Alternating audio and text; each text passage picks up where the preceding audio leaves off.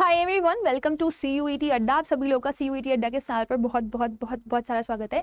आज के इस वीडियो सेशन में हम बात करने वाले हैं स्पॉटिंग एरर के बारे में, जो कि एक बहुत इंपॉर्टेंट टॉपिक है। और when it comes in your examination, तो आप काफ़ी ज़्यादा कंफ्यूज होते हो कि मैम मुझे समझ में नहीं आता कि मैं स्पॉटिंग एरर कैसे करूँ, या स्पॉटिंग एरर को किस तरह से, किस अप्रोच से किया जाना चाहिए, राइट। देखो, स्पॉटिंग एरर सबसे पहले ये आप लोगों के लिए जानना ज़रूरी है कि स्पॉटिंग एरर क्या होता है ना। दूसरी चीज़ आप लोगों को यह जानना ज़रूरी है कि स्पॉटिंग एरर अगर आपको सीखना है तो उसके लिए आपको क्या सीखना जरूरी है ना, क्या आपको पता होना चाहिए। तीसरी चीज, जब आप स्पॉटिंग एरर कर रहे हैं तो उसमें आप किस तरह से अपनी स्ट्रैटेजीज लगाएंगे, राइट। और फिर कुछ ऐसे इंपॉर्टेंट रूल्स होते हैं जो कि फ्रीक्वेंटली हर एक एग्जाम में आपको देखने के लिए मिलते हैं, और फिर आपको वो लॉजिक्स वहां पर जरूर से जरूर अप्लाई करना होता है। So let's talk about the spotting error. आज का टॉपिक है और इसको हम लोग कवर करने वाले हैं आज के इस वीडियो सेशन में। लेकिन सबसे पहले मैं बता दूं आप लोगों को, ये एक बहुत बड़ा टॉपिक है, अपने आप में बहुत वास्ट टॉपिक है। और spotting error is nothing else but a part of verbal ability, ठीक है ना। तो ये टॉपिक आपका वर्बल एबिलिटी का एक पार्ट है, वर्बल एबिलिटी का, जो मेजर पोर्शन कवर करता है। तो आप ऐसे लिख सकते हो, it covers a major portion, a major portion, right, major portion. अब बात आती है कि इसमें जो है वो क्या क्या पूछा जा सकता है। तो आप लोगों ने पढ़ी होंगी पार्ट ऑफ स्पीच, है ना, जिसमें नाउन होता है, प्रोनाउन होता है, एडजेक्टिव होता है, वर्ब होता है, प्रीपोजिशन होती है, कंजंक्शन होता है, इंटरजेक्शन होता है, ये सब पूछा जाता है। वर्ब क्या है? वर्ब कोई एक्शन होता है ना, या कोई एक्सपीरियंस होता है आपका। नाउन क्या होता है? Noun is the person, place और थिंग का नाम। एडजेक्टिव क्या होता है? एडजेक्टिव नाउन और प्रोनाउन को डिस्क्राइब करता है। एडवर्ब क्या होता है? एडवर्ब नाउन और प्रोनाउन को छोड़ करके बाकी पार्ट ऑफ स्पीच को भी क्वालिफाई करता है। प्रोनाउन क्या होता है? प्रोनाउन एक ऐसा वर्ड होता है जो नाउन को रिप्लेस करता है। कंजंक्शन क्या होता है? कंजंक्शन दो वर्ड्स या दो से ज्यादा शब्दों को ज्वाइन करता है। प्रेपोजिशन क्या होता है? प्रेपोजिशन इज अ वर्ड जो रिलेशनशिप शो करता है, चाहे वो प्लेस की रिलेशनशिप हो, चाहे वो टाइम की रिलेशनशिप हो, है ना, या फिर आपका कोई पोजिशनल रिलेशनशिप हो, उसको डिफाइन करता है। तो इंटरजेक्शन क्या होता है? Interjection is a kind of emotion, जिसमें आप बहुत खुश आप होते हो तो आप अपना रिएक्शन जाहिर करते हो, बहुत में होते हो तो अपना रिएक्शन जाहिर करते हो, है ना। तो ये सारी जो पार्ट ऑफ स्पीच है, इन्हीं पे बेस्ड आपसे एग्जाम्स में क्वेश्चंस पूछे जाते हैं। बट इसके अलावा there are certain more things जो आपके एग्जाम्स में पूछी जाती हैं, सर्टेन मोर एस्पेक्ट से भी आपके एग्जाम्स में क्वेश्चंस आते हैं। वो क्या है, आइए देख लेते हैं। इसके अलावा एक टॉपिक होता है आपका आर्टिकल, जिससे बहुत सारे क्वेश्चंस पूछे जाते हैं। आर्टिकल ए, एन और द आपका जिसे बोलते हो आप। दूसरा आपका टेंस से भी इसमें क्वेश्चंस पूछे जाते हैं, टेंस से रिलेटेड क्वेश्चंस पूछ लिए जाते हैं कि जैसे अगर आपके पास इज एम आर लिखा है तो वो आपकी कौन सी फॉर्म लगेगी, हैज हैव लिखा हुआ है तो वो आपकी कौन सी फॉर्म लगेगी, टू लिखा हुआ है तो वो आपकी कौन सी फॉर्म लगेगी, राइट। जैसे इज एम आर के बाद वो आपकी आईएनजी फॉर्म आती है, पैसिव में ले जाते हो तो वो आपकी थर्ड फॉर्म आती है, हैज हैव हैड के साथ जाते हो तो वो आपकी थर्ड फॉर्म आती है, हैज हैव हैड के साथ अगर पैसिव बनाना होता है तो बीन लगा के वो आप थर्ड लगाते हो, टू के साथ वो आपकी फर्स्ट फॉर्म आती है, और टू के साथ बी लग जाता है तो वो आपकी थर्ड फॉर्म आती है, राइट। सो ये सारी चीजें जो हैं ये आपको किसमें पढ़ाई जाती है? इसमें ही पढ़ाई जाती है, राइट। तो मैं सिर्फ आपको ये नहीं बता रही हूँ कि इसमें क्या क्या आता है, मैं आपको रेफरेंसेस भी दूंगी कि कहाँ से आप स्पॉटिंग एरर को बहुत अच्छे से सॉल्व कर सकते हो। अब इसके अलावा आप एक और टॉपिक पे आ जाओ, आपका वॉइस, जिसे आप एक्टिव और पैसिव वॉइस बोलते हो। आपको ये भी पता होना चाहिए जब आप स्पॉटिंग एरर के क्वेश्चंस कर रहे हैं तो। इसके अलावा आपको क्या एक्सपीरियंस करना जरूरी है? आपको नरेशन पढ़ना जरूरी है। Narration is also a part of verbal ability, है ना। तो अगर आप ये कवर करोगे तो आप स्पॉटिंग एरर के क्वेश्चंस बहुत ही आसानी से कर सकते हो। ये सब चीजों का जो कंपाइलेशन है वही आपका किस में पूछा जाता है? वो आपको स्पॉटिंग एरर में पूछा जाता है, राइट। नाउ नोटिस हियर कि जब आपको स्पॉटिंग एरर करना है तो स्पॉटिंग एरर में आपको पोस्ट मॉर्टम करना पड़ेगा। जी हाँ, दिस इज ट्रू, है ना। जब कोई इंसान डेड होता है तो उसकी चीर फाड़ करी जाती है और उसके इंटरनल ऑर्गन्स को निकाला जाता है ना, और समझा जाता है कि कहाँ पे क्या है, कहाँ पे क्या नहीं है। तो उसी तरीके से आपको जब स्पॉटिंग एरर करने होंगे तो आपको चीर फाड़ करनी पड़ेगी एक पर्टिकुलर सेंटेंस की। और जब आप वो चीर फाड़ करना सीख जाओगे ना किसी भी सेंटेंस की, तो आप बहुत ही इजीली और बहुत ही स्पेशल वे में स्पॉटिंग एरर को भी सॉल्व कर पाओगे, राइट। तो अब देखो, आप कभी भी स्पॉटिंग एरर को सॉल्व कर रहे हो तो आपके लिए सबसे ज्यादा जरूरी ये है कि आप किसी भी सेंटेंस को पढ़ रहे हो तो उसको बहुत ही केयरफुली पढ़ो ना। व्हाट डज इट मीन कि किस तरह से हम इसको केयरफुली पढ़ें? जितना केयरफुली पढ़ेंगे आप उतना अंडरस्टैंड कर पाएंगे कि आखिर ये जो सेंटेंस है वो कह क्या रहा है। तभी आप उसका क्या कर पाएंगे? पोस्टमार्टम। तभी आप उस पूरे सेंटेंस में से उसका किडनी, लीवर, पैनक्रियास, है ना, स्टमक सब अलग कर पाओगे। तो सपोज मैंने यहाँ पे सेंटेंस लिखा, मैंने कहा she was walked in the street, street, to, watched, that, nobody is there. ठीक है, अब नोटिस करना यहाँ पे बहुत इंपॉर्टेंट सेंटेंस, आपको इसको तोड़फोड़ करनी है, इसकी तोड़फोड़ चीड़फाड़ मचानी है ना। तो आप इसको कैसे तोड़ोगे, आप मेरे साथ तोड़ो। देखो यहाँ पे क्या लिखा हुआ है, शी। जब तक आपको ये नहीं पता है कौन सी पार्ट ऑफ स्पीच है, आप कभी भी अंडरस्टैंड नहीं कर सकते कि आप इसमें क्या रूल अप्लाई करने वाले हो। सॉरी। तो यहाँ पर शी क्या है, शी इज अ प्रोनाउन, ठीक है। फिर आप आओ, वॉज क्या है, was is a kind of helping verb, ठीक है। और वॉक्ड क्या है, walked is a kind of main verb. मैंने कहा था is am are was verb के बाद वर्ब की आईएनजी फॉर्म लगती है। अगर पैसिव होता है तो वर्ब की कौन सी फॉर्म लगती है, थर्ड फॉर्म लगती है। लेकिन हम कैसे पहचानेंगे कि कोई सेंटेंस एक्टिव है कि पैसिव है, तो आपको पता होना चाहिए जब आपका सब्जेक्ट काम कर रहा होता है तो वो एक्टिव होता है, जब आपका सब्जेक्ट नॉन वर्किंग होता है, काम नहीं कर रहा होता है, तो वो क्या हो जाता है, पैसिव हो जाता है। अब यहाँ पे देखो, क्या ये शी वॉक कर सकती है, तो आप बोलेंगे हाँ मैम शी वॉक कर सकती है। दैट मीन्स आपका ये जो सब्जेक्ट है ना, ये वर्किंग है। सब्जेक्ट क्या है आपका, वर्किंग है। वर्किंग है तो सेंटेंस क्या बन गया, एक्टिव। और जब एक्टिव बनता है ना, तो वॉज के साथ वर्ब की कौन सी फॉर्म लगाते हो, आईएनजी फॉर्म। तो आपको पहला एरर मिला है ना, पहला एरर मिला कहाँ पे मिला, इस मेन वर्ब से मिला कि is am are was verb के साथ हमें वर्ब की कौन सी फॉर्म लगानी है, आईएनजी फॉर्म। तो आपने यहाँ से वॉक्ड हटाया और इंस्टेड ऑफ वॉक्ड है ना, वॉक्ड के बजाय आपने यहाँ पे करेक्शन क्या करना सही समझा, जो आपके लिए जरूरी है, वॉकिंग। आपने पहला एरर मिल गया। आप क्या कर रहे हो, आप सेंटेंस का पोस्टमार्टम कर रहे हो, आप एक एक सेंटेंस को तोड़ तोड़ करके पढ़ रहे हो कि आखिर क्या फॉर्मेशन हो सकता है ना। कहाँ पे कह रहा है, इन, इन एज अ प्रेपोजिशन, इनका मतलब होता है में, द स्ट्रीट, स्ट्रीट का मतलब होता है गली। अब आपने जो भी रास्ता देखा उसको गली बोला, तो गली को आपने नाम दिया, तो ये क्या हो गया आपका नाउन है ना। और यहाँ पे आप द क्यों लगा रहे हो, क्योंकि आप श्योर हो, क्योंकि आप श्योर हो इस गली के बारे में। क्यों श्योर हो, क्योंकि आप उस गली की बात कर रहे हो जहां पर ये लड़की क्या कर रही है, वॉक कर रही है। तो जहां पर श्योर होते हो वहां पे आप दो आर्टिकल लगाते हो। ठीक, आगे बढ़ गया। आपने देखा अच्छा ये लड़की वॉक कर रही थी स्ट्रीट में, क्यों, रीजन बता रहे हो आप। तो आपने देखा यहाँ पे लिखा हुआ है टू वॉच, देखने के लिए, टू वॉच। तो यहाँ पे आपने देखा टू लिखा हुआ है और टू के साथ क्या लिखा हुआ है, वॉच। अब काफी सारे बच्चों को ये नहीं पता होगा कि ये जो वर्ड लिखा होता है आपके पास TO2, ठीक है ना, इसके साथ अगर कभी भी वर्ब आ जाता है तो वर्ब हमेशा अपनी फर्स्ट फॉर्म में रहता है। और इस पूरे फॉर्मेशन को आप बोलते हैं इन्फिनेटिव। क्या बोलते हैं, इन्फिनेटिव। तो आप में से कई सारे बच्चे बोलेंगे मैम टू तो प्रेपोजिशन भी होता है। नहीं, यहां पर टू प्रेपोजिशन नहीं है। टू प्रेपोजिशन का काम तभी करता है जब बाद में आपका क्या हो रहा होता है, या तो नाउन आ रहा होता है या फिर प्रोनाउन आ रहा होता है। अगर आपको नाउन या प्रोनाउन टू के बाद दिख जाए तब वो टू प्रेपोजिशन का काम करेगा, अदरवाइज टू कभी भी प्रेपोजिशन का काम नहीं करता जब वो वर्ब के साथ आता है। तो फिर मैम वो किसका काम करता है, तो फिर वो काम करता है आपके इन्फिनेटिव का। तो यहाँ पे टू के साथ जो आप वॉच देख रहे हो ना, ये पूरा टू प्लस वॉच, तो ये क्या है आपका, ये इन्फिनेटिव है। और अगर इन्फिनेटिव है तो वर्ब की हमेशा कौन सी फॉर्म आएगी, फर्स्ट फॉर्म। तो क्योंकि यहाँ पर आपको वर्ब की कौन सी फॉर्म लगानी थी, फर्स्ट फॉर्म लगानी थी, तो आपने ईडी हटा दिया।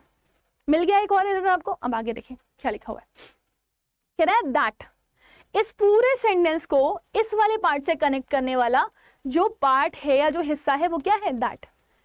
तो कनेक्टिंग वर्ड्स कौन से होते हैं, कंजंक्शन। क्या होते हैं, कंजंक्शंस, ठीक है ना। फिर कह रहा है नो बडी इज देयर। तो बडी एक पर्सन के तौर पर आप बोल रहे हो, तो अगर आप इसको अलग अलग पढ़ते हो तो नो बडी, अगर अलग अलग पढ़ोगे तो बडी क्या हो जाएगा, नाउन, और नो क्या हो जाएगा, एडजेक्टिव। तो आप इसको लिख दो, buddy is a person, reference दे रहे हो, और नो क्या हो जाएगा, एडजेक्टिव।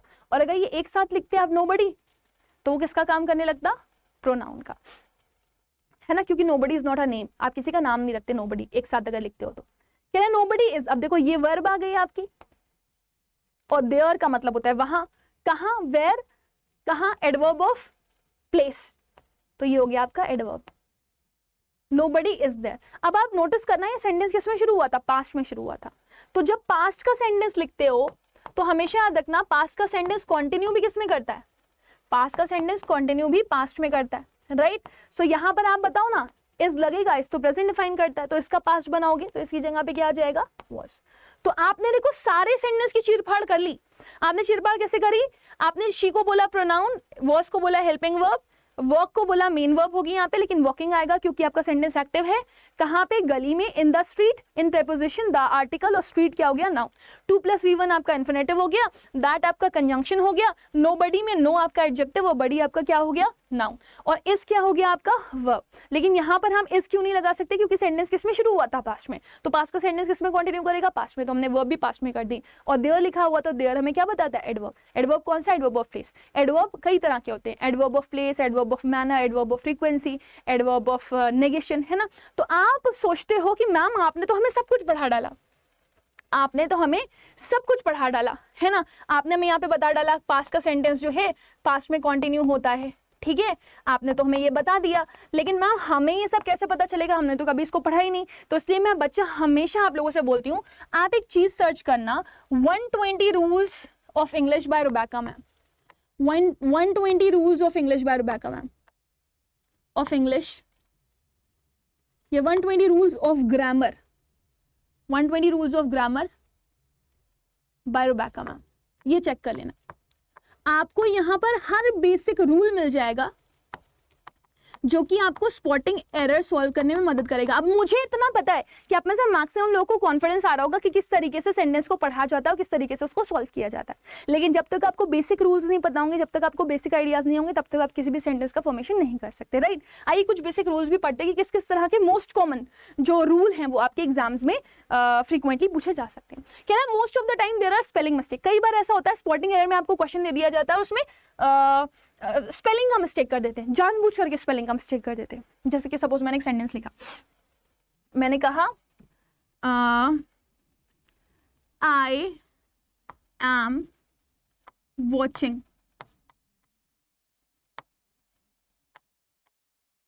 टेलीविजन,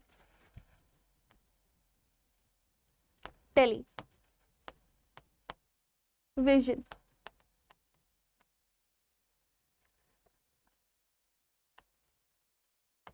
नाउ, ये सेंटेंस लिखा हुआ है ना।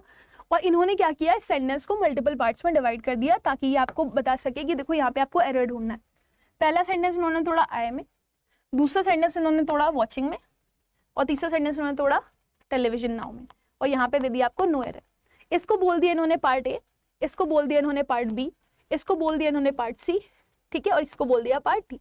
अगर आपके पूरे सेंटेंस में कोई एरर आपको नहीं मिलता है तो फिर आप नो एरर पे जाते हो। आई आपका सब्जेक्ट था और सब्जेक्ट के केस में भी क्या यूज हुआ था? प्रोनाउन।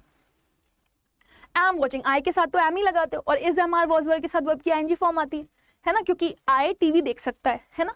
सेंटेंस एक्टिव है, एक्टिव है ना। क्यों एक्टिव है? क्योंकि ये वर्किंग है भाई, आई टीवी देख सकता है, राइट। आई के साथ एम लगाया, एम के साथ वर्ब की आईएनजी फॉर्म लगाई, तो ए में भी कोई एरर नहीं है, बी में भी कोई एरर नहीं है, सही है। आगे देखो, टेलीविजन, क्या टेलीविजन की स्पेलिंग ये होती है? नहीं। अब बोलोगे मैम ये तो स्पेलिंग नहीं होती, क्या होती है टेलीविजन की स्पेलिंग? Television, right. सो आपको मिल गया यहाँ पर क्या? स्पेलिंग एरर था, और आपका एरर कौन से पार्ट में हो गया? सी। अगर टेलीविजन की स्पेलिंग सही लिखी होती उन्होंने, है ना, मैं अभी टीवी देख रहा हूं, अगर टेलीविजन की स्पेलिंग लिखी होती है तो फिर आपका कोई भी एरर नहीं होता और आप किस पे टिक लगा देते? No error. सो कई बार आपके एग्जाम्स में जो एरर है वो किससे रिलेटेड आ जाता है? स्पेलिंग मिस्टेक से रिलेटेड। तो एक पार्ट समझ में आ गया, क्लियर। तो छोटी छोटी सी चीजें जब आप समझते हो ना, तभी आप बोलते ना बूंद बूंद से बनता है सागर। तो छोटी छोटी सी चीजें जब आप इंटरकनेक्ट करके पढ़ते हो तब जाकर के आप बड़ी बड़ी चीजें सीख पाते हो। आगे बढ़ते हैं, नेक्स्ट देखिए क्या कह रहा है रूल।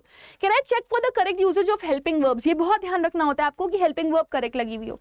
मैंने बहुत सारी जगह पर गोल्डन रूल्स पढ़ाए हुए हैं, subject singular, verb singular, subject plural, verb plural. बच्चों को आइडेंटिटी नहीं पता होती कि सब्जेक्ट सिंगुलर कब होता है और आपका वर्ब सिंगुलर कब होता है ना। तो सब्जेक्ट की दो कंडीशंस होती हैं बेटा, सब्जेक्ट या तो नाउन होता है आपका या फिर क्या होता है? प्रोनाउन। नाउन में जनरली अगर आप एस और यस नहीं लगाते हो तो वो सिंगुलर होता है, और नाउन में अगर एस और यस लगा देते हो तो वो क्या बन जाता है? प्लूरल। और प्रोनाउन में आओ, सिंगुलर में क्या होता है? ही, शी, इट। इसको छोड़ करके बाकी सबको किस में कंसिडर किया जाता है? प्लूरल में। दे, वी, यू, इनको प्लूरल कंसिडर किया जाता है। तो कह रहा है ऑल सिंगुलर नाउन्स, जितने भी सिंगुलर नाउन होंगे, है ना, या फिर ही, शी, इट आएगा, उसके साथ क्या लगाओगे आप? Is, has, does, was. Reason being जब आपको वर्ब लगानी होती है, वर्ब में एस और यस आता है तो वो सिंगुलर होती है, और जब वर्ब में एस और एस नहीं आता तो वो क्या हो जाती है, प्लूरल। नाउन का उल्टा काम करती है, नाउन में एस और एस लगाओगे तो प्लूरल बनेगा, वर्ब में एस और एस लगाओगे तो क्या बन जाएगा, सिंगुलर। फाइन। सिमिलरली आई के साथ क्या लगता है, आई के साथ आप प्रेजेंट में आम लगाते हो, डू डज डिड में डू लगा सकते हो, पास्ट में वॉज वर से क्या लगाते हो, वॉज। ये एक्सेप्शनल केस है। ऑल प्लूरल नाउन्स और प्रोनाउन यू वी दे ये सब क्या लेंगे, या तो आर या तो हैव या तो वर, क्योंकि प्लूरल वर्ब लेंगे ये, राइट। तो अब आपको सेंटेंस दिया गया, कहा चलो ठीक है, ये समझ में आ गया ना, सेंटेंस को सॉल्व करो। मैंने कहा सेंटेंस ही लिखा मैंने कहा पहला सेंटेंस देखो, they was playing in the garden yesterday, वो लोग कल गार्डन में खेल रहे थे, और यहाँ पे आपने लिख दिया नो एरर, डिवाइड कर दिया। पहला सेंटेंस आपको दे वॉज प्लेइंग दिया गया था, दूसरा दिया गया था गार्डन, और तीसरा दिया गया था yesterday। तोड़ दिया इन्होंने सेंटेंस को पार्ट में। अब आपको आइडेंटिफाई करना है एरर किस में होगा, ये ए पार्ट है, ये बी पार्ट है, ठीक है, और ये वाला कौन सा पार्ट है, सी पार्ट है, और ये वाला कौन सा पार्ट है, डी पार्ट है। अब आपको पता है दे के साथ जो हेल्पिंग वर्ब होती है वो क्या लगती है, वर। देखो दे के साथ क्या लगा रहे हो, वर, पास्ट में वर, प्रेजेंट में आर, और हैज हैव हैड में हैव, है ना। तो दे के साथ आपने क्या लगा दिया, वर। अब आपको पता है वर क्या बताता है, पास्ट बताता है, और यहां पर क्या लिखा हुआ है, यस्टरडे। यस्टरडे लिखा हुआ है तो आपका पास्ट ही जाएगा, और क्योंकि दे आ रहा है तो उसके साथ क्या लगेगा, वर लगेगा, ठीक है ना। तो अगर यहाँ पर आर भी लिखा होता तो भी गलत हो जाता। क्यों गलत हो जाता, क्योंकि यहाँ पे यस्टरडे दिया गया, यस्टरडे का मतलब होता है कल जो बीत गया। फाइन। तो आपको एरर कौन से पार्ट में मिल गया, ए वाले पार्ट में। दे वर, अब is am are was were के बाद वर्ब की आईएनजी फॉर्म आती है। दे खेल सकते हैं, प्लेइंग, कहाँ खेल रहे थे, गार्डन में खेल रहे थे, और कब खेल रहे थे, कल खेल रहे थे, यस्टरडे खेल रहे थे, है ना। तो ये एडवर्ब ऑफ टाइम है आपका। सो इस तरीके से आपको सेंटेंसेस को तोड़ तोड़ करके करना है। ये थर्ड रूल था आपका। फोर्थ रूल देखो, कह रहा है और नोटिस करो, बहुत सारी चीजें हैं जो आपके लिए जाननी जरूरी है। Check for the correct use of main verbs as well. Helping verb तो चेक कर रहे हो, मेन वर्ब कैसे भूल जाओगे। मेन वर्ब क्या होती है, अगर आपके पास कभी भी डू डज डिड आता है तो आपको हमेशा वर्ब की कौन सी फॉर्म लगानी है, first form. Has have had आता है तो वर्ब की कौन सी फॉर्म लगानी है, third form. Will shell, model auxiliary बोलते हैं उनको, ये आता है तो वर्ब की कौन सी फॉर्म लगानी है, first form. Will be shall be, मतलब मॉडल ऑक्सिलरी के बाद अगर बी लगा हुआ आ जाता है तो फिर कौन सी फॉर्म लगानी है, वर्ब की थर्ड फॉर्म। ये मैंने पढ़ाया हुआ है, स्टूडेंट्स को मैंने पढ़ाया हुआ है ये, ठीक है ना। अच्छा, वर्ब की आईएनजी फॉर्म कब लगाते हो, जब सेंटेंस एक्टिव होता है, और वर्ब की थर्ड फॉर्म कब लगाते हो, जब सेंटेंस क्या होता है, पैसिव होता है। मैं सेंटेंस दिखाती हूँ आपको, बहुत आसानी से आप आइडेंटिफाई कर सकते हो, वेरी इजी, है ना। मैंने कहा पहला सेंटेंस देखो क्या लिखा हुआ है, मैंने कहा दे कैन डैश। दूसरा सेंटेंस देखो क्या लिखा हुआ मैंने, they can be dash this time. तीसरा देखो क्या दिया गया, again can be dash by them. ठीक है, आपको ये क्वेश्चंस दिए गए, 3 ब्लैंक्स। अब इसके लिए ऑप्शन क्या दे दिया गया, A B C D, play, plays, played और प्लेइंग।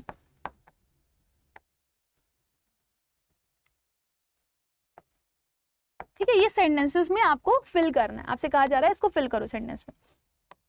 आप आ गए, अपने ध्यान में लग गए, आपको सॉल्व करना है ना। कैसे सॉल्व करोगे, देखो आपको पता है मॉडल ऑक्सिलरी के बाद वर्ब की फर्स्ट फॉर्म आती है, या तो वर्ब की आईएनजी फॉर्म आती है, या तो वर्ब की थर्ड फॉर्म आती है, राइट। सो आपने वर्ब की कभी भी एस और एस वाली फॉर्म यूज नहीं करनी है, आपने इसको काट दिया। मॉडल ऑक्सिलरी के बाद जस्ट अगर लगाना होगा तो वर्ब की फर्स्ट फॉर्म आएगी, तो आपने यहाँ पे क्या लिख दिया,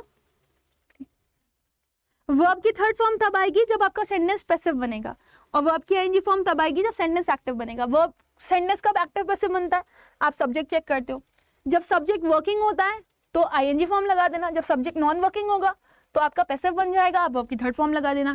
कह रहा है दे कैन बी डैश, आप करना क्या, इनको खेलना है ना, तो क्या दे खेल सकते हैं? हाँ बिल्कुल खेल सकते हैं। अब देखो मॉड्यूल ऑक्सिलरी के बाद बी आ रहा है और सेंटेंस क्या बन रहा है, एक्टिव बन रहा है, क्योंकि सब्जेक्ट क्या है, वर्किंग है, दे खेल सकते हैं। तो मॉड्यूल ऑक्सिलरी के बाद बी लगा रहे हो, सेंटेंस एक्टिव बन रहा है, तो क्या लगा दिया आपने, नहीं। ऐसे ही अ गेम, क्या गेम अपने आप को खेल सकता है? नहीं, गेम तो किसी के द्वारा खेला जाएगा ना। और क्योंकि ये पैसिव बन गया, मॉड्यूल ऑक्सिलरी के बाद बी आ रहा है, या तो आपकी एनजी फॉर्म लगानी थी या तो आपकी थर्ड फॉर्म लगानी थी, और क्योंकि सेंटेंस पैसिव बन रहा है इस वजह से आप क्या लगा दोगे, वो आपकी थर्ड फॉर्म। तो आंसर क्या बन जाएगा, ठीक है ना। अगर आपका ये सही है तो आपने आपको आउट ऑफ 3 मार्क्स देना, और आप मुझे बताना इसमें से आपको कौन कौन से रूल्स आते थे। नेक्स्ट देखिए, कह रहा है always check if the sentence is framed in active और पैसिव वॉइस और डायरेक्ट और इनडायरेक्ट स्पीच, क्योंकि ये बहुत मैटर करता है। एक्टिव में है कि पैसिव में है, डायरेक्ट में है कि इनडायरेक्ट में है, ये आपके लिए बहुत मैटर करता है, क्योंकि यहीं से ही आपके बहुत सारे चेंजेस होते हैं। कैसे, आइए देखिए। कहता है मान लीजिए कि अगर आपका सेंटेंस दिया गया है ऐसे, सब्जेक्ट वर्ब की फर्स्ट फॉर्म, ये मैं एक एग्जांपल दे रही हूं आपको, ऑब्जेक्ट, ये आपका सेंटेंस है एक्टिव का, है ना, सिंपल प्रेजेंट बोलते हैं इसको। इसको जब आप पैसिव में कन्वर्ट करेंगे ना, तो ये बन जाएगा आपका subject is MR verb third plus by plus object, ये पैसिव बन जाता है। ये मैं एक रूल बता रही हूँ, there are so many rules, है ना, जो कि आपको कहाँ से पढ़ने हैं, जो कि आपको मेरी सीरीज से पढ़ने हैं, 120 रूल्स ऑफ इंग्लिश ग्रामर। मैं सोर्स बता रही हूँ आप लोग, there are so many rules, but आपको उसको फॉलो करना है ना। तो सपोज मैंने यहाँ पे सेंटेंस लिखा, मैंने कहा द एप्पल इज, ठीक है, ईटिंग बाय मी। अब आप नोटिस करो सेंटेंस एक्टिव में है कि पैसिव में। आपने जैसे ही देखा यहाँ पे लिखा हुआ है एप्पल और यहाँ पे लिखा हुआ है ईटिंग, तो आप बताओ क्या एप्पल अपने आप को खा सकता है? आप बोलोगे नहीं मैम, एप्पल तो अपने आप को नहीं खा सकता, और क्योंकि ये अपने आप को नहीं खा सकता तो ये क्या हो गया, नॉन वर्किंग। जैसे ही नॉन वर्किंग हुआ, उसने सेंटेंस को क्या बना दिया, पैसिव। और आपको पता है पैसिव में इज एमआर के साथ वर्ब की कौन सी फॉर्म लगती है, थर्ड फॉर्म। तो यहाँ पे ईटिंग तो नहीं आएगा। अब ईट की थर्ड फॉर्म क्या होती है, eating. So I hope this is quite clear to everybody. तो यहाँ पे क्या आ जाएगा, the apple is eaten by me, apple मेरे द्वारा खाया गया। क्लियर? तो ये आपने एक्टिव पैसिव चेक किया। ये एक रूल बता रही हूँ मैं, देयर आर मल्टीपल रूल्स जो आपको पढ़ने पड़ेंगे, है ना। और अगर आपको रूल पता है तो आप बहुत ही आसानी से स्पॉटिंग एरर को कर सकते हो। और देखो, मैंने सेंटेंस लिखा, मैंने कहा they said that they will eat a mango. Now notice, आपका ये इनडायरेक्ट नरेशन है। कैसे पता चला मैम इनडायरेक्ट नरेशन है? नरेशन क्या होता है? तो नरेशन भी आपको पढ़ना पड़ेगा, क्योंकि ये आपका वर्बल एबिलिटी का एक पार्ट है। और मैंने फिर आपको बताया 120 rules of English grammar bye Rebecca ma'am, अगर आपको देखोगे तो आपको ये रूल्स मिल जाएंगे। तो जब आप ये लिखते हो ना, they said that they will eat a mango, तो यहाँ पे देखो ये सेंटेंस किस में था, पास्ट में था, तो उसको लिखा भी किस में जाना था, पास्ट में। तो यहाँ पे विल का पास्ट क्या होगा, तो आप बोलोगे मैम वुड हो जाएगा। सो यहाँ पे एरर क्या हो गया, विल नहीं आना चाहिए था, क्या आना चाहिए था, वुड आना चाहिए था। सो इस वजह से एक्टिव पैसिव और नरेशन भी आपका एक पार्ट है स्पॉटिंग एरर का, जिसको अगर आप पढ़ोगे तो भी आप मैक्सिमम क्वेश्चन को बहुत ही आसानी से सॉल्व कर सकते हो। आगे देखो, can I check for the correct usages of all the tenses in a sentence. Indefinite tense आपको पता होना चाहिए, कॉन्टिन्यूअस टेंस आपको पता होना चाहिए, परफेक्ट टेंस आपको पता होना चाहिए, परफेक्ट कॉन्टिन्यूअस टेंस आपको पता होना चाहिए। इनडेफिनिट टेंस जिसे आप सिंपल टेंस बोलते हो, सिंपल टेंस में आपके पास जो वर्ब आती हैं वो कौन कौन सी होती हैं, वर्ब फर्स्ट, वर्ब सेकेंड, या फिर वर्ब का एस और ईएस फॉर्म, जिसे फिफ्थ फॉर्म भी बोलते हो। कॉन्टिन्यूअस की अगर आप बात करते हो तो कॉन्टिन्यूअस में आपको वर्ब की कौन सी फॉर्म मिल जाती है, आईएनजी फॉर्म, है ना। और आईएनजी फॉर्म किसके साथ मिलती है, इज, एम, आर, वॉज, वर, या फिर बी के साथ। परफेक्ट में अगर आप होते हो तो परफेक्ट में वर्ब की कौन सी फॉर्म मिलती है आपको, थर्ड फॉर्म, वो भी किसके साथ, हैज के साथ, हैव के साथ और हैड के साथ। तो ये भी आपको चेक करना है। देन अगर आप परफेक्ट कॉन्टिन्यूअस में जाते हो तो परफेक्ट कॉन्टिन्यूअस में आपका स्ट्रक्चर कैसे बनता है, हैज लगता है, हैव लगता है, हैड लगता है, इसका परफेक्ट बनाने के लिए बीन लगाना पड़ता है और कॉन्टिन्यूस लगाने के लिए क्या बनाना पड़ता है, वर्ब की आईएनजी फॉर्म। तब जाकर के आप क्या बना पाते हो, परफेक्ट कॉन्टिन्यूस टेंस बना पाते हो। सो आपको इन चीजों को नोटिस करना है कि आप जब सिंपल प्रेजेंट टेंस लिखो तो उसमें वर्ब की फर्स्ट फॉर्म, सेकंड फॉर्म या एस फॉर्म आ रही हो। आप जब कॉन्टिन्यूस लिखो तो is am are was verb के साथ वर्ब की आईएनजी फॉर्म आ रही हो। परफेक्ट लिखो तो वर्ब की थर्ड फॉर्म आ रही हो हैज हैव हैड के साथ, और अगर परफेक्ट कॉन्टिन्यूस लिख रहे हो तो हैज हैव हैड के बाद बीन लगा हो और फिर वर्ब की आईएनजी फॉर्म आ रही हो।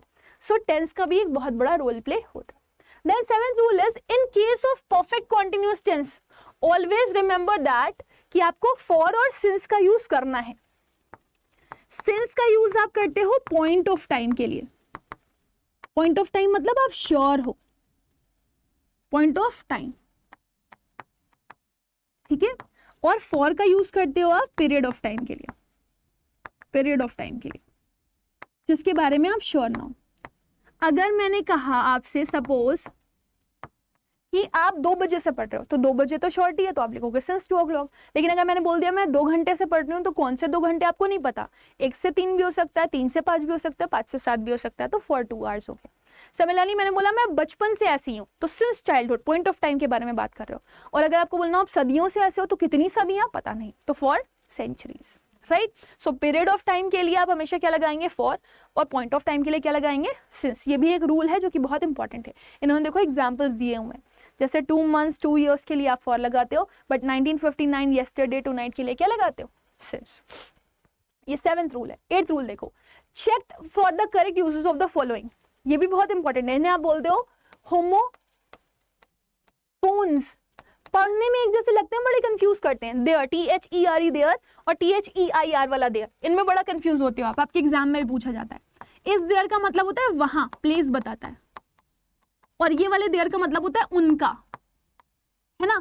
जैसे मैंने बोला ये उनका घर है तो मैं क्या बोलूंगी, दिस इज देयर हाउस, है ना। यहाँ पे THEIR वाला देयर लगाएंगे, THERE वाला देयर नहीं लगाएंगे। लेकिन मैंने बोला ये घर जो है ना जिसके बारे में आप बात कर रहे हो ये वहां है ना। सो मैंने सेंटेंस बोला the house you are talking of, you are talking about is there, वहां, THERE देयर, वो वहां है, इन दैट प्लेस, फाइन। फिर आता है हु और हुएवर। ये हमेशा सब्जेक्ट के लिए यूज होता है। जैसे कि मैंने कहा the girl who you are talking of, वो लड़की जिसके बारे में आप बात कर रहे हो, तो हु हुएवर हमेशा सब्जेक्ट की बात करता है, जबकि हुम हुमेवर किसकी बात करता है, ऑब्जेक्ट की बात करता है, राइट। तो मैंने कहा द गर्ल हुम आई नो, अब मैं अपनी बात कर रही हूँ, वो लड़की जिसको मैं जानती हूँ, जानता कौन है, मैं, ठीक है। द गर्ल हुम I know. So always remember this, who और हुएवर किसको डिफाइन करेगा, सब्जेक्ट को, और हुम और हुमेवर किसको डिफाइन करेगा, ऑब्जेक्ट को। जबकि हुज अधिकार दिखाता है ना। The house whose roof is not proper, तो ये क्या दिखा रहा है, अधिकार। तो घर की छत के बारे में आप बात कर रहे हो तो हुज दिखाता है आपका क्या, अधिकार। किसका अधिकार है उस चीज पर। वहीं आप आ जाओ देन, THEN देन और THAN दैन। ये वाला देन आपको बताता है तब, I'll meet you then, तब मिलती हूँ मैं आपको। और दैन कंपैरिजन के लिए यूज होता है, comparative degree, she is better than I, वो मेरे से बेहतर है, ठीक है। हाँ, दैन के बाद हमेशा सब्जेक्टिव केस ऑफ प्रोनाउन लगता है। तो छोटे छोटे से रूल हैं बट इंपॉर्टेंट है, आपको जो याद रखने होते हैं। तो मैं एक क्वेश्चन दे रही हूँ यहाँ पर, आप मुझे आंसर करके बताना वहां पे क्या आएगा। मैंने कहा सपोज मैंने एक सेंटेंस लिखा, मैंने कहा the girl dash pledge cricket, ठीक है। और यहां पे लिखना है the girl dash I know. तो आप चेक करो आपकी वर्ब किसके बारे में बात कर रही है। यहाँ पे वर्ब किसके बारे में बात कर रही है, गर्ल के बारे में। और यहाँ पर नो किसके बारे में बात कर रहा है, आपका आई के बारे में, ठीक है ना। तो जब आप बता रहे हो गर्ल की बात कर रहे हो, जब आप किसी बात कर रहे हो, गर्ल की बात कर रहे हो, है ना, तो आप यहां पर क्या लगा रहे हो, क्योंकि आप सब्जेक्ट की बात कर रहे हो, आप क्या लगा रहे हो, है ना। और जब आप किसके बारे में बात कर रहे हो, आप ऑब्जेक्ट के बारे में बात कर रहे हो, तो आप क्या लगा रहे हो, जिसको मैं जानती हूँ। अभी यहां पर गर्ल किसका काम कर रहा था, सब्जेक्ट का, और यहां पर गर्ल किसका काम कर रहा है, ऑब्जेक्ट का। The girl who plays cricket and the girl हुम आई नो, जिसको मैं जानती हूँ। वो लड़की जो क्रिकेट खेलती है, और वो लड़की जिसको मैं जानती हूँ। तो यहाँ पे जो, यहाँ पे जिसको, तो यहाँ पे गर्ल ऑब्जेक्ट का काम करिए, यहाँ पे गर्ल किसका काम करिए, सब्जेक्ट का काम करिए। सो ये भी एक इंपॉर्टेंट रूल है जो आपके एग्जाम्स में फ्रीक्वेंटली पूछा जाता है। Then it comes for 9th one, और 9th में क्या बोल रहा है, check for the usages of the articles in the sentence. A an हमेशा आपको चेक करना होता है, ए एन आपको हमेशा चेक करना होता है। A for consonant sound, an for vowel sound, है ना। जैसे ए ई आई ओ यू को सिर्फ आप वोवेल साउंड मत समझना, छोटा बड़ा, छोटी बड़ी, छोटा बड़ा से लेकर के अह तक जो आता है ना वो वोवेल साउंड होता है, जबकि क ख ग घ वाला जो साउंड निकालता है वो आपका कॉन्सोनेंट साउंड होता है, राइट। और दा होता है श्योरिटी के लिए, दा इज यूज्ड फॉर श्योरिटी। सो वही सारी चीजें यहाँ पर आपके सामने लिखी हुई है कि कहाँ पे अ यूज करोगे, कहाँ पे एन यूज करोगे और कहाँ पे द यूज करोगे। Then it comes to the 10th one. Always remember that अगर आपका सेंटेंस पास्ट में शुरू हुआ है तो वो कंटिन्यू भी किस में होगा, पास्ट में। मैंने कहा the man who went there is और वॉज अ थीफ।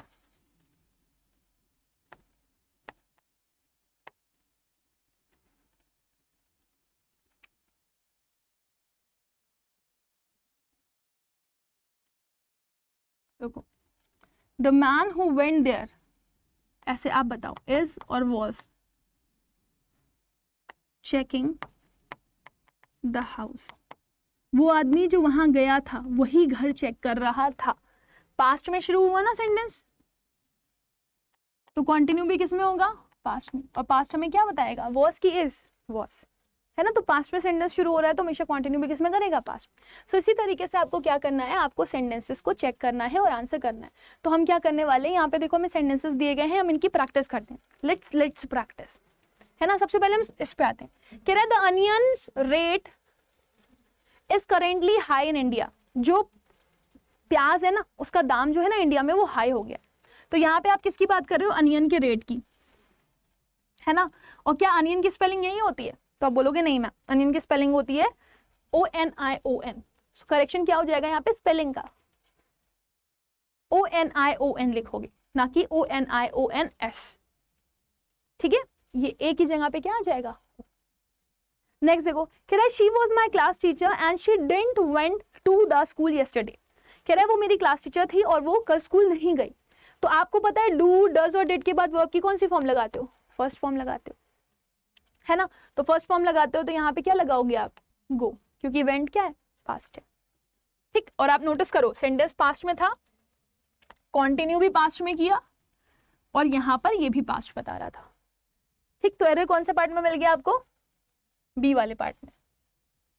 नेक्स्ट देखो, कह रहा है सीमा इज नॉट स्मार्टर। अब देखो यहाँ पे कंपैरिजन कर रहे हो, सीमा स्मार्टर नहीं है मेरे ब्रदर से, तो यहाँ पे ये देन, तब वाला देन नहीं लगेगा, कौन सा वाला देन लगेगा, कंपैरिजन वाला।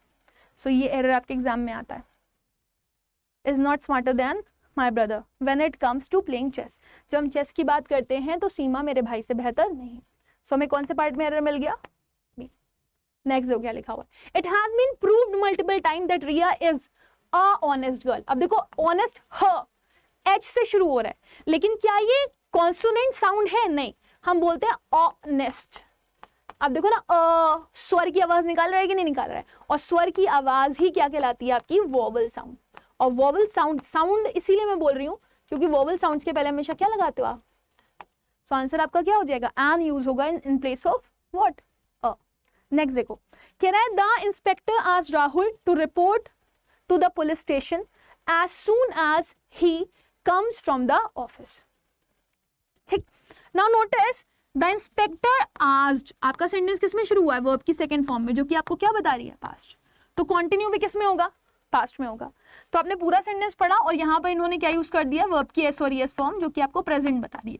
तो जब आपने रूल ही पढ़ा हुआ है सेंटेंस पास्ट में होगा तो कंटिन्यू भी पास्ट में करेगा, तो आप यहाँ पे कम्स की जगह पे क्या यूज कर दोगे, पास्ट।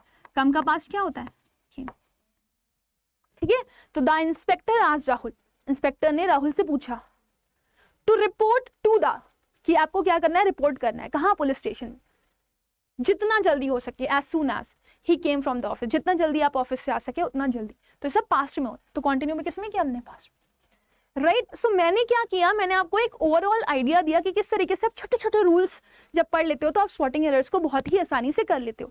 लेकिन आपके दिमाग में क्लैरिटी किस चीज़ की होनी चाहिए, पार्ट ऑफ स्पीच की, आर्टिकल की, टेंसेस की, एक्टिव पैसिव की और नरेशन की। जब आप ये सारी चीज़ें पढ़ लेंगे, जब आप पूरा सिलेबस कंप्लीट कर लेंगे पार्ट ऑफ स्पीच और वर्बल एबिलिटी का, तो फिर आप क्या करेंगे, सेंटेंसेस पे आएंगे और सेंटेंसेस को आप पोस्टमार्टम करेंगे। पोस्टमार्टम करके ही आप आइडेंटिफाई कर सकते हैं कि किस तरीके से आपको कहाँ पर एरर मिल सकता है और कहाँ पर नहीं, है ना। जैसे कि जब तक हमको पता नहीं होता किसी सब्जी में कितना नमक डालना है, कितना मिर्ची डालना है, कितना मसाला डालना है, कितनी सब्जी डालनी है, तब तक हमारी सब्जी ढंग की नहीं बनती। तो वैसे ही हमको जब तक ये नहीं पता होगा किसी सेंटेंस में कौन सी पार्ट ऑफ स्पीच यूज होनी है, कौन सा वर्ब लगना है, कौन सा सेंटेंस कंटिन्यू होना है, तब तक हम उसे एग्जैक्ट नहीं बना सकते। सो इस चीज़ को याद रखिएगा बेटा, और ये सारी चीज़ों से ही आप इसकी प्रिपरेशन बेस्ट ऑफ बेस्ट कर सकते हैं। अच्छा, एक चीज़ याद रखिएगा, अगर आप में से कोई भी बच्चा ऐसा है जो CUET की प्रिपरेशन कर रहा है, बड़ा कंफ्यूज होता है कि ये सब चीज़ें कहाँ से पढ़ें, मुझे तो डिटेल में पढ़ना है, मुझे कोई टीचर प्रॉपर्ली पढ़ा दे, मेरे डाउट सेशंस ले ले, मुझे प्रैक्टिस के लिए क्वेश्चंस दे दे, तो आप लोगों के लिए एक बहुत शानदार चीज़ यहाँ पर अवेलेबल है, दैट इज अड्डा 24/7 का एक batch specifically for all the students, है ना। तो आपको करना क्या है, आपको अपने फ़ोन में ना एक ऐप डाउनलोड कर लेनी है अड्डा की। जैसे ही आप अड्डा 24/7 की ऐप को डाउनलोड करोगे, यहाँ पर नोटिस करना आपके पास ऑल कोर्सेज लिख करके आएगा, इस पर क्लिक कर देना, अपना एग्जाम सेलेक्ट करना, अंडरग्रेड CUET पे जाना। देखो यहाँ पे महापैक्स अवेलेबल है, साइंस का है, कॉमर्स का है, आर्ट्स का है, लैंग्वेज और जनरल टेस्ट का है। ये सब UG प्रोग्राम्स हैं। अगर आप UG के लिए प्रिपेयर कर रहे हैं तो आप UG के लिए भी जा सकते हैं, और अगर आप PG के लिए भी कर रहे हैं तो हमारा PG भी UG के अंदर है। सो ये देखो, आप गए अंदर, हमारे यहाँ देखो किस किस चीज़ की प्रिपरेशन होती है। पार्ट ए की, जब आप PG की प्रिपरेशन करते हो तो आपका 100 क्वेश्चन का पेपर आता है, जिसमें पार्ट ए और पार्ट बी होता है कुछ में। तो पार्ट ए का जो बेसिक पेपर होता है, जिसमें आपका कॉम्प्रिहेंशन चेक किया जाता है, वर्बल पार्ट चेक किया जाता है, तो उसकी प्रिपरेशन हम करवाते हैं। MBA में पूरा ही वर्बल पार्ट होता है, तो उसकी भी प्रिपरेशन हम करवाते हैं, दोनों कोड की, 11 और 12। सो अगर आप में से कोई भी बच्चा ऐसा है जो पूरा MBA की प्रिपरेशन कर रहा है, अच्छा ये ज़्यादा का क्यों है, कम का क्यों है, क्योंकि इसमें सिर्फ 25 मार्क्स का आपका पार्ट ए आ रहा है, और ये ज़्यादा का इसलिए है क्योंकि इसमें 100 मार्क्स का पूरा वर्बल पोर्शन आ रहा है। सो अगर आप में से कोई भी बच्चा ऐसा है जो CUET PG की प्रिपरेशन कर रहा है और वो बहुत ही डिटेल प्रिपरेशन करना चाहता है, वो ये सारी चीज़ें सीखना चाहता है, स्पॉटिंग एरर सीखना चाहता है, राइट, तो उसके लिए आपको पार्ट ऑफ स्पीच पढ़ना है, डायरेक्ट इनडायरेक्ट पढ़ना है, एक्टिव पैसिव पढ़ना है, तो वो सारी चीज़ें आपको यहाँ पर पढ़ाई जाएंगी। इवन आपको क्वांटिटेटिव एप्टीट्यूड, रीजनिंग, है ना, DI, ये सब भी पढ़ाई जाएगी। 17 नवंबर से बैच शुरू हो रहा है ना, और इसमें आपको 249 आवर्स की लाइव क्लासेस मिल रही हैं, 85 टेस्ट सीरीज हैं जिससे आप अपनी स्पीड एक्यूरेसी बढ़ा सकते हो, 12 ई बुक्स हैं जिससे आप नंबर ऑफ क्वेश्चंस को प्रैक्टिस कर सकते हो। सो ये बैच आपको कितने का मिल रहा है, 6799 रुपीज़ का। बट अगर आप एक कोड यूज़ करते हो यहाँ पर Y484, तो आपको यहाँ पर मैक्सिमम डिस्काउंट भी मिल जाएगा। सो यूज़ दिस कोड, देखो यहाँ पे आप कोड यूज़ करोगे यहाँ पे, तो आपको ये बैच कितने का मिल जाएगा, 6399 का। अगर आप UG के स्टूडेंट्स हैं तो आप UG के भी बैचेस जा करके ले सकते हैं। इसी के साथ मैं सेशन को एंड करूँगी, मिलेंगे अगले सेशन में, तब तक के लिए bye bye, take care and God bless you all.